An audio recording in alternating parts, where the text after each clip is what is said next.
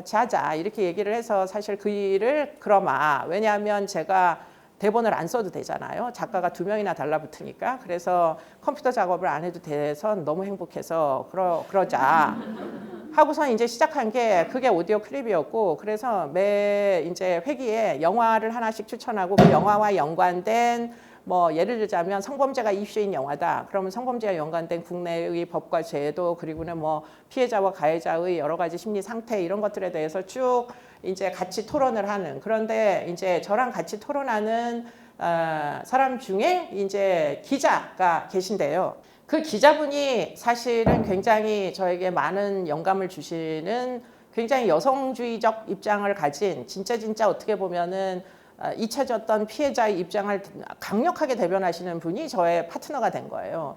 그렇기 때문에 이제 그분이 계속 문제 제기를 하시니까 거기에 이제 응답을 하면서 이 이제 뭐가 비어 있는지, 뭐가 문제인지 이런 것들이 확 부각이 되기 시작하면서 많은 사람들이 그 오디오 클립을 듣기 시작한 거예요. 그래서 지금까지 해소 안 됐던 거, 억울했던 거 또는 뭐 실제로 판사를 하시는 분도 이제 듣기도 하고 현재 뭐가 이제 문제가 있는지 이런 것들을 아는데 뭐 실제로 여성들의 목소리가 매우 중요하다 이런 생각을 하시는 분들은 또 그걸 듣기도 하고 그래서 뭐 꽤 많은 청취자들이 생겼어요. 그리고는 이제 그 아이템을 계속 이제 네이버에서도 하겠다고 하고 그래서 그게 꽤 지금까지 열심히 거의 뭐 2년 차인데 지금까지 이제 굴러온 거예요.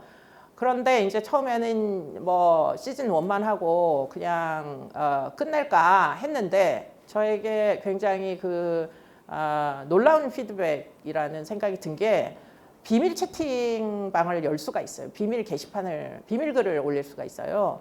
그런데 이 오디오 클립을 듣고 피해자들이 글을 올리기 시작한 거예요. 제가 이제 뭐 많은 형사 정책적인 문제들을 지적을 하지만 실제로 피해자를 직접 대면해 가지고 저는 상담을 하진 않습니다. 전 상담을 할 적성이 못 돼요. 인간 자체가. 분석은 하고 뭐 정책은 만들어도 상담가들을 그래서 저는 굉장히 존경하는데 그게 남의 인생에 끼어드는 것이 저로서는 굉장히 좀 어렵습니다. 그런데 여하튼지 간에 그러다 보니까 피해자들을 직접적으로 만날 기회는 많지 않았었는데 피해자들이 지금까지 아무 말도 아무하고도 얘기하지 못했던 것을 게시판에다가 올리기 시작한 거예요.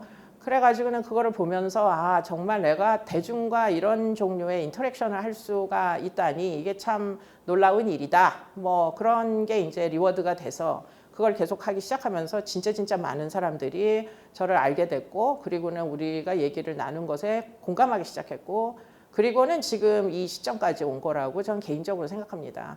과거에 뭐 한 10수년 전에 그것이 알고 싶다는 언제나 해왔으니까 코멘트하는 그 정도의 전문가의 존재로는 제가 느낄 때는 지금처럼 이렇게 이야기를 뭐 이슈가 될 수는 없다고 생각해요. 그런데 그 오디오 클립과 그래서 너무나 많은 젊은 여성들이 이 이제 뭐 이슈들을 공유하기 시작하면서 사실은 일파만파 지금 굉장히 많은 이제 공감대가 형성되는 거 아닌가 이런 생각들을 갖게 됩니다. 그래서 정말 그 미디어의 효력을 톡톡히 보고 있다 이런 생각을 한편으로는 하게 되는데 그러면서 이제 더더욱 제가 생각하고 있는 건 뭐 옛날에 생각했던 게 그대로예요. 별로 변화한 게 없고 누군가는 목소리를 크게 내서 말하지 못하는 사람들을 대변해야 한다 이런 생각을 한편으로는 굉장히 강렬하게 했고요.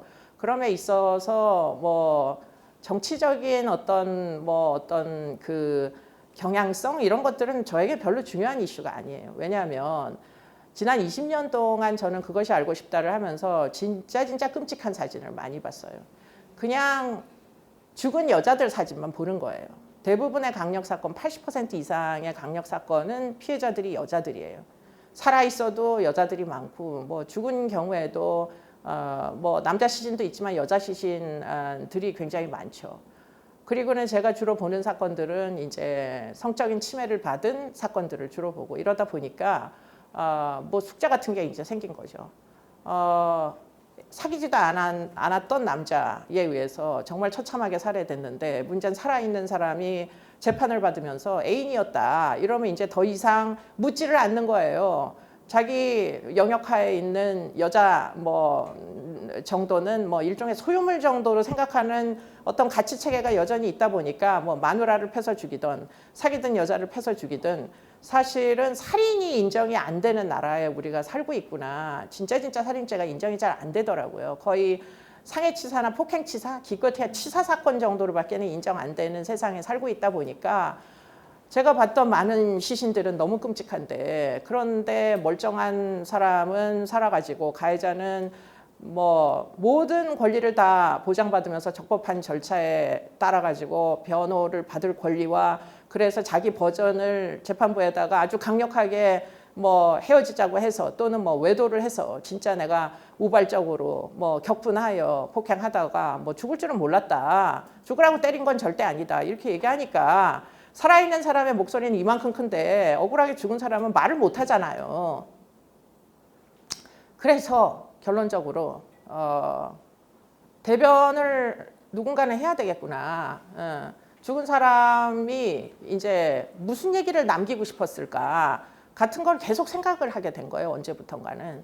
그래서 이제 결국에는 피해자를 대변하는 것을 하는 게 남은 인생에서 별로 그 의미 없는 일은 아닐 것 같다. 내가 이만큼 뭐 여러 가지를 경험을 하고 이만큼 이 정도의 이슈 메이커가 됐으면 나머지 인생은 그분들 그렇게 되기까지에 이른 그 많은 사건들의 피해자들과 같은 분들을 위해 가지고 뭔가 좀 도움이 되는 일을 하는 게 좋지 않겠느냐 이런 생각을 하게 됐고요. 그럼에 있어서 사실은 목소리를 내는 일을 피할 필요가 없다. 예. 뭐 그런 이제 생각을 갖게 됐어요. 그렇기 때문에 뭐 제가 그로 인해서 무슨 경제적 이득을 얻은 적도 없고 아무것도 제 뒤에는 사실 누가 단체가 있는 것도 아니고 그냥 저 일개 개인이다 보니까 저는 생각보다 굉장히 자유롭게 얘기할 수 있고 전 그게 저의 진짜 강점이 됐구나. 나한테는 아무 편도 없다 보니까 그냥 하고 싶은 얘기를 할 수 있는 위치에 간 거예요. 그래서 진짜 다양한 일이다. 지금 이렇게 생각하고 있는 중이에요. 하고 싶은 일을 골라서 하고 기회도 하고 싶은 일을 할 수 있는 방식으로 기회가 오기도 하고 또는 뭐 가기도 하는데 그러나 조두순이 돌아왔을 때 그 피해 아동이 안산을 떠나면 안 된다라는 목소리를 내줄 수가 있는 사람이 있어야 되는데 그런 얘기를 마음대로 내가 할 수 있는 위치에 있어서 참 다행이다 이런 생각을 현재 하는 중이에요. 뭐 제가 봤던 사건 중에 가장 끔찍한 사건은 아동학대 치사 사건입니다. 정말 어느 날 갑자기 죽는 게 아니에요. 몇몇 재판에서 이제는 더 이상 전문가 진술조차가 필요 없을 정도로 많은 판검사님들께서 이제 사건의 본질을 이해하기 시작을 했는데요. 뭐 한 5, 6년 전만 해도 이 이제 자식을 죽이는 친부, 친모를 이해할 수 있는 부모가 어디 있겠어요. 그래서 전문가 참여제, 뭐 전문 심리위원들을 이제 불러가지고 이제 의견서를 써달라 이런 식의 이제 그 제안을 많이 했었어요. 그래서 사건 기록을 전부 다 이제 볼 수가 있었죠. 수사 기록, 현장, 뭐 사진부터 시작해가지고 애가 죽어가는 과정. 그런데 제가 봤던 그 어떤 성인들의 그 뭐 생명 박탈의 사건보다 학대의 기간이 너무 길어요. 죽어가는 기간이 너무 길어. 어느 날 갑자기 죽는 게 절대 아니에요. 이거는 절대 우발적일 수가 없어요. 아, 이러다가 애가 다시 깨어나지 않을 수도 있겠구나를 알면서도 학대를 해. 그러니까 그거를 어떻게 해서 치사라고 볼 수 있겠어요. 그런데 아동학대 치사라는 죄명이 여전히 내려지는 그 상황이잖아요. 그건 살인이란 말이에요. 그런데 여하튼 미필적 고의에 의한 살인 정도는 인정을 해줘야 될 만한 사건들인데 그런데 이제 그런 기록 안에 이제 아이가 고통을 받아서 이제 사망을 해가는 과정이 그대로 적나라하게 있다 보니까 심지어는 그런 사건 중에 뭐 피해 아동을 갖다가 매장을 해놓고 몇 년 후에 초등학교를 보내야 되는데 애가 사라진 사건 이런 사건까지 있다 보니까 사실은 아 이게 정말 우리나라에서 심각하구나 이런 생각들을 진짜 많이 하게 됐어요.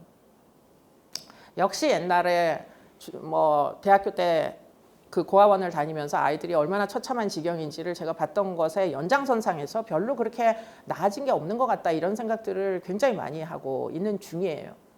그런 연유가 뭔가 하고 생각을 해보면 역시 자신의 권리를 자신이 주장할 수 없는 위치에 있기 때문에 아이들은 누군가는 대신 그 아이들의 권리를 주장해 줘야 되는데 사실 우리는 먹고 사는 게 급하잖아요. 그러다 보니까 굳이 아이들까지 뭐 돌아볼 수 있는 그 여유가 없고 더군다나 아이들은 모두 부모에게 종속된 존재라고 밖에는 생각지 않기 때문에 우리의 머릿속에는 경찰이 아동학대로 신고를 한 사건에 가가지고 양쪽에다가 우리나라는 실제로 아동학대를 당했는지 물어보잖아요. 뭐 아동학대 뻔히 한 부모한테 아동학대 하셨어요? 이렇게 물어보고 아동학대 뻔히 받은 피해자한테 가가지고 아동학대 당했냐고 물어보고 그리고는 정말 놀랍게도 아동학대가 없었다 이러고 돌아가는 나라예요. 왜냐하면 학대 가해자가 학대했다고 얘기할 리 없을 것이고 학대 피해자가 학대 당했다고 얘기할 리 없을 것이고 아이들이 태어나자마자 결국은 부모와만 시간을 보내는데 그런데 어찌하여 부모가 저 사람이 바로 나를 학대한 당사자니까 잡아가 주세요라고 얘기할 수 있는 아이가 몇 명이나 있겠어요. 그렇기 때문에 우리나라는 위험성 평가를 하지 않는 나라입니다. 아동학대 사건에서. 외국의 경우에는 어떻게 하느냐 객관적으로 위험성 평가라는 걸 제3의 기관이나 아니면 뭐 경찰이 할 수도 있고 제3자가 결국은 그 상황에 대해서 평가를 합니다.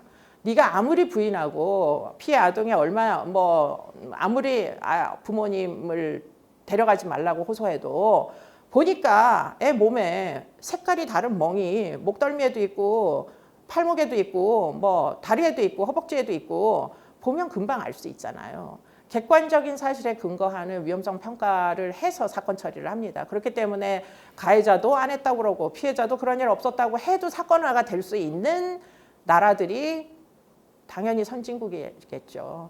아동학대나 가정폭력, 집안에서 일어나는 사건들 피해자와 가해자가 같은 공간에 있잖아요. 그런 사건들을 미국의 경우에는 영미권 국가를 다 제가 알지를 못하기 때문에 제가 있었던 미국에서는 어떻게 처리하느냐 어레스트 without warrant예요. 우리나라는 뭐 체포 영장 신청하고 압수수색 뭐 하고 뭐 한참 피해자 가해자 다 그대로 놔뒀다가 구속 영장이 떨어지면 그때서야 이제 가해자 분리가 가능하잖아요. 외국의 경우에는 그렇게 안 하죠. 일단 어레스트를 해놓고 워런트도 없이 어레스트를 하는 데는 그만큼 긴급하다는 겁니다. 그리고는 퇴거 명령 같은 걸 굉장히 많이 하죠. 피해자는 집에 있고 피해자는 집에서 나가지 않죠. 가해자를 집에서 쫓아냅니다. 그렇기 때문에 사실은 가정폭력 가해 남성이 만약에 있다. 그러면은 만약에 뭐 이웃들이 너무 시끄럽다. 밤새 시끄럽게 여자가 울고 뭐 소리 지르고 막 이런 게 들린다. 그러면 아무나 신고를 하면 즉시 출동해 가지고 어레스트 위다웃 워런트고 남자는 잡아가서 일단 유치장에 하루나 이틀 재워요. 그리고 나서 이제 뭐 접근 금지 명령을 주든가 만약에 어떤 뭐 재차 반복되는 폭력이라면 그러면 접근 금지 명령 어기면 어떻게 되느냐. 그때는 가차없이 구속이 되는 거예요. 형사처벌이 따라 나가는 거죠. 우리나라는 어떻게 되느냐. 가정폭력 사건은 접근 금지를 어겨도 형사처벌이 저절로 따라오지 않습니다. 내 돈 내고 벌금이거든요. 벌금 내고 내가 괴롭히겠다는데 네가 무슨 상관이냐. 그래서 벌금이 나옵니다. 그러면 누가 내느냐. 마누라가 피해자가 벌어서 내야 돼요. 어차피 피해자 가해자 한 동네 같은 집에 사니까. 그러다 보니 이게 이제 여자들도 그렇게 스토킹을 해도 신고도 안 하고 남자들은 스토킹하기를 아주 뭐 자유롭게 하고 스토킹은 우리나라에서 쓰레기 무단 투기 벌금 정도밖에 안 나오는 행위고 그러다 보니까 암만 이혼을 해도 와가지고 저는 계속 너 딴 남자 만나면은 죽여버리겠다고 해도 피해자도 신고 안 하고 가해자도 늘상 그렇게 괴롭히는 게 목적이고 그래서 결국 어떻게 되느냐. 여성의 살인 사건에서 40%가 스토킹이 있어요. 판결문에 이제 스토킹의 뭐 세세한 왜냐하면 그런 것들을 판결문에서야 이제 쓰는 이유는 잡아놓은 범죄자에 대한 처벌은 좀 더 엄중하게 할 의지가 있다 이런 거예요. 죽는 거를 막을 생각은 없는데 일단 죽어라. 그러면은 뭐 우리나라 검거율 99%입니다. 살인 사건은 다 잡아요. 다 잡아다가 싸그리 다 재판은 다 받을 수가 있어요. 근데 물론 재판을 받을 때 살인죄가 인정되는 건 아니고 치사를 주로 이제 선고하지만 그래서 집행유예도 가능하지만 어쨌든 잡아가서 재판까지는 스트레이트하게 간다. 다만 양형을 이제 줘야 될 거 아니에요. 그러니까 이제 가중 요인이 될 만한 사안으로는 그 전에 이 사람이 얼만큼 계획적으로 흉기를 휴대하고 뭐 여러 번 이 여성의 주변을 또는 뭐 아이들을 학대를 얼만큼 끔찍하게 오랜 동안 뭐 베란다에 뭐 빨가벗 껴서 쫓아내고 무슨 뭐 찬물을 붓고 그리고는 뭐 염증이 생겼는데도 무슨 뭐 치료해주지 않아서 결국은 물을 부어가지고 쇼크살을 하게 만드는 뭐 이런 과정을 막 이렇게 적나라하게 적어요. 그리고 나서는 그래서 엄벌한다. 양형 인자로는 쓴단 말이죠. 그렇기 때문에 결국은 아무도 예비하는 행위를 제재하지 않는다. 이게 이제 우리나라의 제일 큰 이제 형사사법제도의 문제다. 그러다 보니까 지금 이제 그 5년 전보다 아동학대 치사 사건이 이제 10배가 늘었어요. 놀라운 일이죠. 작년에 55명 죽었고요. 한 7, 8년 전에 한 5명쯤 뭐 죽는 게 5명 이상 죽었던 적이 별로 기록상에 나타나지 않아요. 그런데 최근에 뭐 많이 죽어요. 예, 그 정도로 이 아동학대 치사의 숫자가 많이 늘어가지고 이건 정말 뭐가 잘못돼도 한참 잘못된 거다. 우리나라는 아까도 얘기한 대로 아동학대를 자동적으로 범죄 사건으로 취급하지 않는 그래서 결국 아보전으로 다 넘겨버리는 그래서 아보전은 뭐 민간기관이 무슨 힘이 있어요 가서 결국은 뭐 학대 가해자들로부터 고소나 당하고 뭐 시비거리나 되고 술 먹고 가가지고 흉기 난동 부리고 그러면 이제 아보전에 있는 사회복지사들이 한 3년 근무하면 야 죽겠다 소송에 이제 당사자가 되고 위협하고 이러니까 다 그만둔단 말이에요. 평균 근무 연수가 3년이에요. 아보전에 대하여서는 제가 굉장히 오랫동안 강의도 하고 뭐 지금 이제 지자체로 넘어간 그 지자체 공무원들 아동학대 팀에 대해서도 강의를 하고 계속 그러고 있어서 그 부분은 계속 팔로우를 하고 있어서 현실이 어떤지 알겠는데 문제는 이게 형사사법적으로 사법적 개입이 없는 방식으로 이거를 비범죄화를 해놓으니까 이게 이제 근절되기가 무지하게 어렵고 그런 와중에 목숨을 잃는 아이들이 점점 늘어나고 있다. 이게 이제 현실이라는 건 너무 안타까운 부분이죠. 그래서 이제 어떻게 하면 좋겠느냐 그게 이제 문제인데요. 아까 공감 능력 잠깐 얘기하고 제가 넘어갈게요. 원래 하기로 한 강의고 제 전공이기도 하기 때문에 공감이라는 거 무지하게 중요합니다. 인간이 인간다우려면 다른 사람의 고통에 대해서 이해를 할 수 있어야 돼요. 그래야 내가 벌이는 일이 다른 사람에게 고통이 될 수 있다는 사실을 터득하면서 아, 내가 이 행동을 멈춰야 되겠다라는 결론에 도달하게 되는 거죠. 그거는 우리의 여러분들의 대뇌 피질에서 하는 작용이에요. 그렇기 때문에 저희 같은 사람들은 주로 무엇을 이제 연구를 하느냐, 사이코패스 연구를 하죠. 사이코패스는 공감이 정말 세상에서 제일 없는 부류의 사람들이에요. 피해자의 고통을 고통으로 여기지 않기 때문에 뭐 예를 들자면 잔혹행위를 할 때 느끼는 피해자의 비명소리가 소름이 안 돋는 겁니다. 우리가 밤에 혼자 이제 있을 때 어디 저 멀리서 여자가 지르는 비명소리를 잠깐이라도 들어도 저절로 소름이 돋잖아요. 만약에 여기 소름이 돋지 않는 자가 계시다면 즉시 병원에 가셔서 왜 저는 소름이 돋지 않을까요? 신경과를 가는 게 좋겠네요. 거의 자율신경계에서 반응을 합니다. 그리고는 대뇌 피질에서 그에 대한 반응이 액티베이션이 확 일어나요. 보통 보면 공포는 이제 우리가 뇌에서 좀 피질 하의 변연계라는 부분에서 먼저 액티베이션이 일어나고요. 그리고는 그 안에서 공포나 분노로 인해 가지고 이제 그런 네거티브 이모션이 확 액티베이션이 되면 그 다음에는 어떻게 하느냐 전두엽에서 기능하기 시작합니다. 아 이것을 그냥 내버려 둘 거냐 아니면은 이것을 어떻게든 너무 불쾌하니까 불쾌한 상태로 계속되기 어렵잖아요. 그러면 프리프론탈에서 그 액티베이션 불쾌한 액티베이션을 줄일 수 있는 대안적인 행위들을 해요. 뭐 예를 들자면 너무 불안해서 잠이 안 오니까 수면제를 먹는다거나 또는 뭐 불안해서 테레비를 켠다거나 그러면 주의가 그 다른 데로 환기되면서 테레비 안에 뭐 개그 프로 같은 거 보면 좀 전에 그 공포를 잠깐 잊을 수가 있잖아요. 그런 식으로 하는 이제 일종의 레귤레이션을 할 수 있는 기능이 프리프론탈 펑션이에요.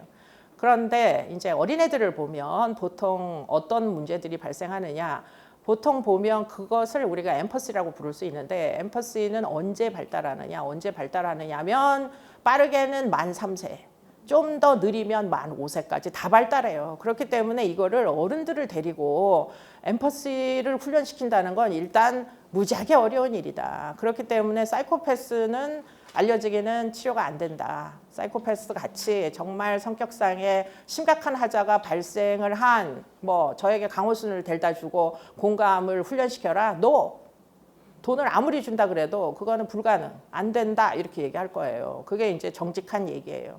그런데 여하튼지 간에 그러면 강호순에게도 변화 가능성이 있던 시절이 있지 않았을까 생각해 보면 그게 이제 3세나 5세, 뭐 길게는 5세까지의 부모와의 인터랙션. 꼭 친모가 아니어도 돼요. 할머니도 괜찮고 뭐 진짜 신뢰관계에 있는 뭐 양육자가 될 수도 있고 아마도 아동보호시설에 진짜 훌륭한 엄마 같은 선생님이 계시다면 그 선생님이 스테이블한 어떤 신뢰관계를 맺으면서 아이에게 눈을 마주치고 이게 공감이라는 게 아이 컨택이 꼭 있어야 돼요. 그래야 희노애락이 뭐 눈빛을 통해서 신체적 접촉을 통해서 다 전달돼야지. 그래야 상대방이 어떤 느낌인지를 알 수가 있잖아요. 엄마가 내가 무슨 짓을 하니까 엄마가 막 눈물을 흘리면서 너무 슬퍼한다. 그럼 엄마가 왜 슬퍼할까? 나에게 정말 필요할 때마다 올 때마다 쫓아오던 이 나에게 신뢰관계를 형성한 이 엄마가 왜 이렇게 갑자기 눈물을 흘릴까? 아이들이 하던 일을 멈추고 뭐 동생을 마구 해코지를 하고 있다가 엄마가 막 눈물을 흘리기 시작하자 동생을 해코지하는 걸 멈추고 이걸 하지 말아야 되겠다라는 생각까지 도달하는 게 그게 엠퍼스예요. 그렇기 때문에 진짜 어릴 때 훈련이 제대로 돼야 그게 이제 인성의 기초가 되는데 문제는 요즘 엄마들이 어떠냐. 요즘 엄마들이 근데 이제 요즘 엄마들도 그럼 어떤 환경에서 성장했을 것 같으냐. 그렇게 아이디어라는 환경에서 성장하지 못한 그런 사람들도 꽤 많다는 거죠. 그러다 보니까 어린 시절에 이미 결핍된 환경에서 결국 가출을 하여 결국 어린 시절을 학교를 다니지 못한 채 뭐 조건 만남 등을 하면서 임신을 하게 돼서 결국 출산을 하게 되면 사람을 어떻게 신뢰할 수 있는지를 일단 본인 자신이 잘 몰라요. 양육도 제대로 된 양육을 받아본 적이 없어요.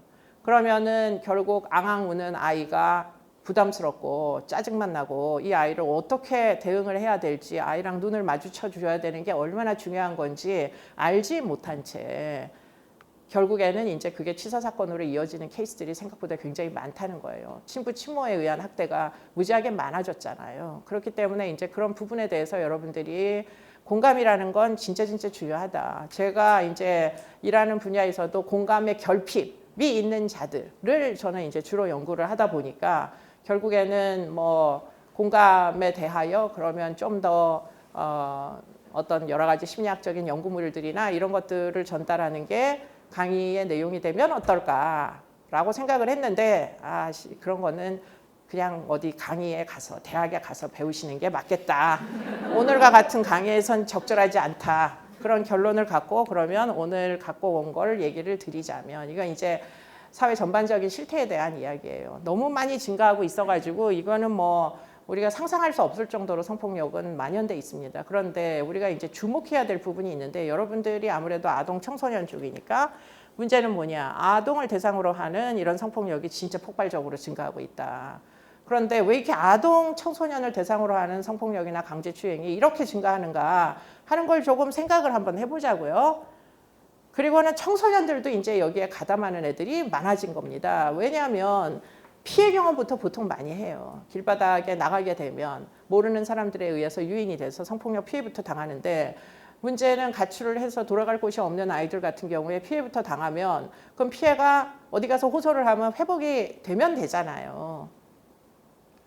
부모님이 다 계신 가정의 아이들은 해바라기 센터에 아빠의 손을 잡고 성폭력 피해를 당했다고 오는 아이들도 있어요.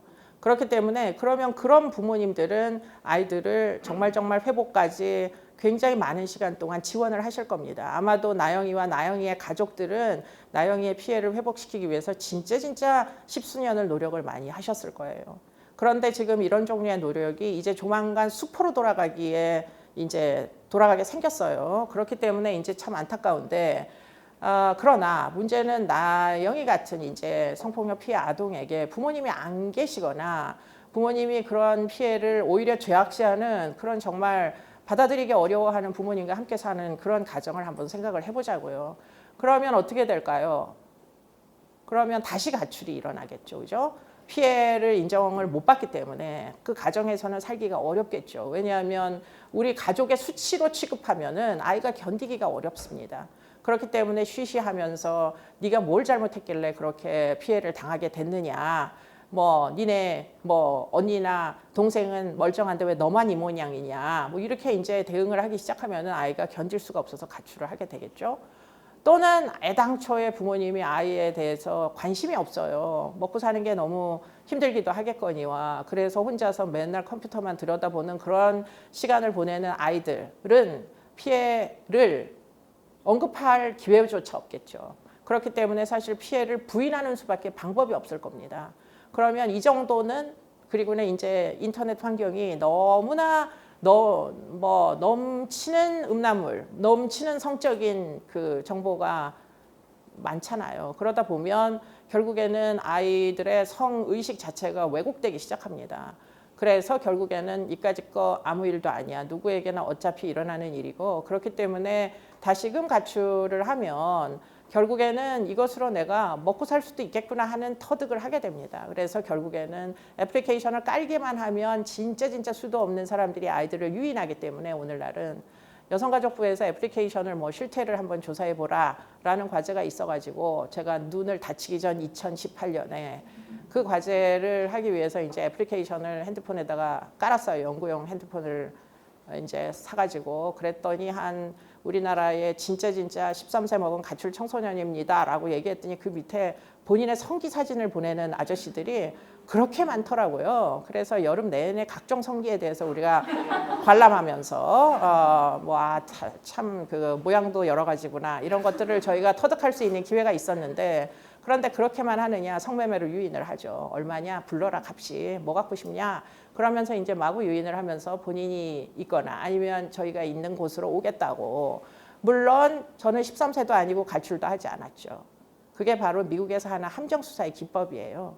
우리나라는 함정수사 불법입니다. 그런데 외국의 경우에는 그렇게 남의 집 아이를 유인하는 걸 못하게 하기 위해 가지고 경찰이 아동을 위장해서 다크웹까지 들어가는 겁니다. 그렇기 때문에 다크웹, 조주빈의 만약에 엠번방이다. 뭐 손정우의 웰컴 투 비디오다. FBI가 어떻게 알았겠어요? 전부 다크웹인데. 미국의 수사관들은 아동을 위장해서 그런 다크한 곳까지 갑니다. 소아 성애자들이 아이들의 성착취물을 사고 파는 그 시장까지 법이 있어가지고 합법적인 경로를 통해가지고 결국은 그 속에서 일어나는 액티비티를 수사할 수 있어요. 그렇기 때문에 손정우 사건만 해도 우리나라는 어떻게 했나요? 실태가 뭔지 몰라요. 그냥 음란물 뭐 그렇고 그런 빨간 책, 뭐 너도 보고 나도 보고 옛날에 다 봤던 거. 그렇기 때문에 그까짓 거 음란물 본 게 무슨 그렇게 대단한 범죄냐? 근데 좀 많이 했네? 피해자도 좀 어린애들이 있네? 그래서 어떻게 했느냐? 1년 반을 형기를 살고 끝난 사건이에요, 그게. 우리나라에서는 확정이 돼가지고. 그런데 문제는 끝나자마자 어떻게 됐어요? 바로 끝나기 6개월 전에 내놔라. 미국으로 다 송환해달라. 우리가 제대로 된 엄벌을 하겠다. 내놔라. 그런 이제 상황이 전개돼서 뉴스에서 이슈가 됐고 그게 뭐냐? 그게 웰컴 투 비디오 사건이에요. 아동 성착취물을 6개월짜리 아동을 성적으로 이제 그 학대하는 그런 비디오까지 있는 그 이제 웰컴 투 비디오라는 것의 실체가 알려지기 시작하면서 그 사이에 이제 엠번방이라는 게 있었고 가까시 하는 그 다음에 이제 조주빈의 박사방이 있었고 그 이제 현상들이 이게 그냥 단순히 아이들의 장난이 아니구나. 그래서 어떻게 됐느냐 다 이제 까발려지기 시작해가지고 결국에는 손정우는 가까시나 조주빈이 한 것보다 더 많은 음란물들을 제작을 해서 유통시켰는데 걔는 1년 반밖에 안 나왔고요. 그리고는 이제 아버지가 아들을 송환하지 않기 위해 가지고 범죄 수익 은닉죄를 가지고 고발을 해가지고 지금 형을 살고 있고요.